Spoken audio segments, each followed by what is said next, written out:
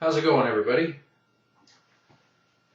Last video I did was about folding knives and where they fit in as far as overall self-defense viewpoint goes. This is going to be just a show and tell about my preference for folding knives. Now, in my state, there's no regulated length for the blade. So the little mythos of, oh, if it crosses the palm of your hand, it must be illegal. Well, none of that holds true where I'm at.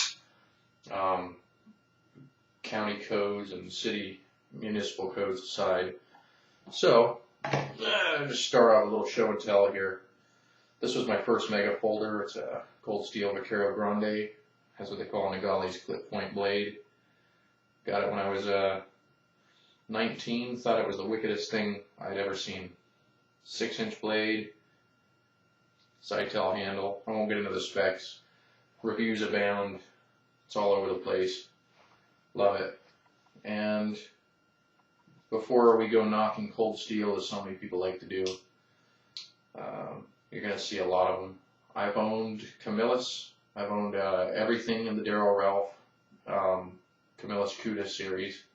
I've had the Max Bowie, I've had the Max Spear Point, I've had the Max 7-inch Gibbs, I've had them all. I had the Cuda Max Aftermath as well. Great blades, but you know what, I always come back to cold steel, because they're the ones who started with this mega folder thing in a mass production venue anyways. Here's the SOG Pentagon Elite 2 that I used from that last video. 5-inch blade, uses like an arc lock type mechanism. Traditional dagger type profile with what they call a shark's tooth tip. Pretty extreme penetration, possibilities. Love it. And let's talk about this too. Why not have a large blade, a large folding knife? Why not pack as much edged weapon firepower into as concealable a package as possible if it's legal for you? Why not? You know, some people say, oh, well, I can do, you know, just as much damage to somebody with a 3-inch blade as I can with that 6-inch blade. If the reach doesn't matter. Well, you know, in most scenarios you may be right. It's a defensive weapon.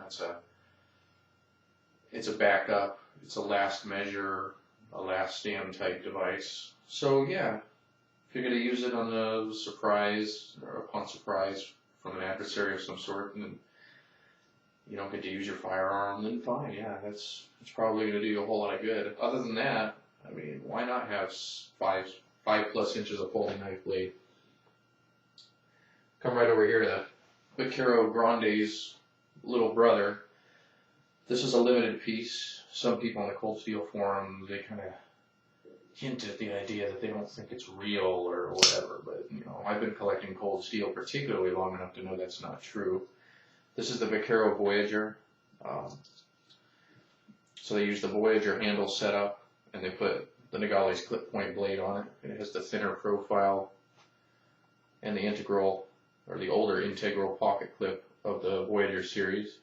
So these are neat. I was trying to hunt down one of these for years and finally got it. It has a 5-inch blade. So why not? Why not have 5+ inches of folding knife blade on you? Why not? Here's 5.5 inches, moving into something a little more modern that they made. This is based on the classic Navaja. The knife commonly carried by Spanish street criminals in the 1500s, somewhere around there, and gypsies. You can open it traditional style with the thumb plate. Once again, why not? Why not have that extra blade length? Or you can use a pocket snag feature. I mean, you know, the thing conceals extremely well. You can come in here with the pocket snag feature. It comes right out into this sub-hilt area in that grip, which allows for really nice wrist alignment on stabs. It's not too bad for handling either. So that's cool. It's called the Espada large model. There's 3 sizes. Medium with a 4-inch, too small, and XL with a 7.5 inch. I haven't got that. I don't think I have pockets deep enough. Nice idea though. Coming right over here, Classic cold steel, what they call a gun sight Tanto Voyager. There it is.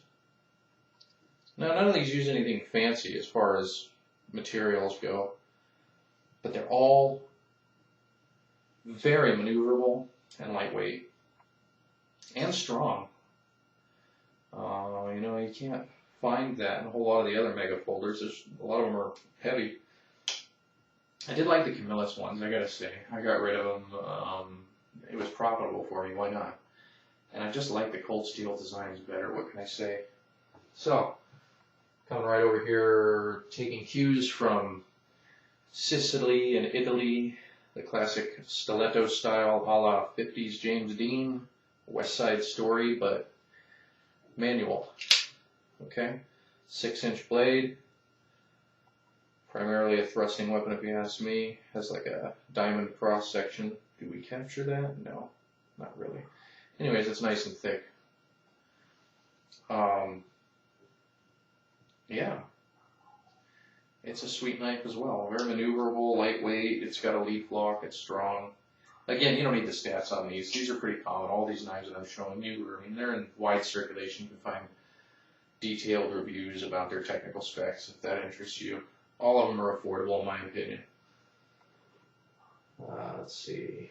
Coming over here, we got a Rajah 2. This is a economical version of a knife they came out with, like, you know, beginning of last year. Triad lock.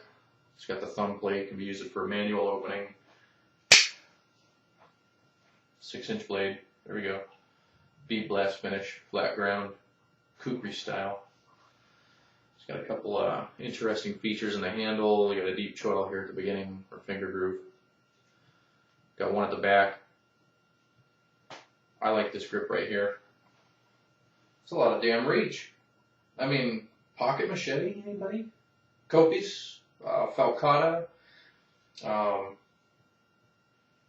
It resembles all of these things in a folding package. You got the choke up grip here, where it's got a little bit more middle balance, just a little more maneuverable like this. Coming back here, you get real chopping motions. I mean, this is a nasty blade. It's thick. I mean, it's hard to get that kind of a chopping power. And I must say, there's penetration power as well. Somebody else did videos of that.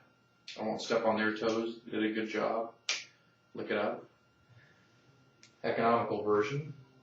And because they went on sale for $100, I got the fancy version too. Satin finish blade. Other than that, dimensions are exactly the same. Yeah. It's just prettier. But anyway, there's another 6-inch blade folder. You know, these are great. I love these. Anyways, so that's it. That's my cold steel and, well, one SOG knife. So my mainly cold steel mega folder collection, which I adore, and I carry around all these pieces on a pretty regular basis. And if your state laws allow, why not? You know, 3 inches, 6 inches. I mean, what's the difference? Let's grab something here. Most people think, you know, here's a little Columbia River knife and tool, Steve Ryan Model 7. A little 90s vintage for you. And let's just compare that against our little 5-inch Vaquero Voyager. I mean, there's the extra reach you're going to get. I'm going to hold these both at my full extension. Okay? Wrist to wrist. There it is. That's how much extra reach you get. And why not? Why shouldn't you? If it's legal, go for it. This is 3.5 inches. There's your 5 inches. If it's legal for you, why not? That's what I say. It's more intimidating, whether you like it or not, it is. Not that intimidation is to be relied upon, but it's always helpful. Why the heck not? You don't think Mikhail Kalashnikov or Kalashnikov didn't think about his AK-47 being intimidating looking? I mean, yeah, it's form follows function, but it's an intimidating thing. Different venue guns, but same idea.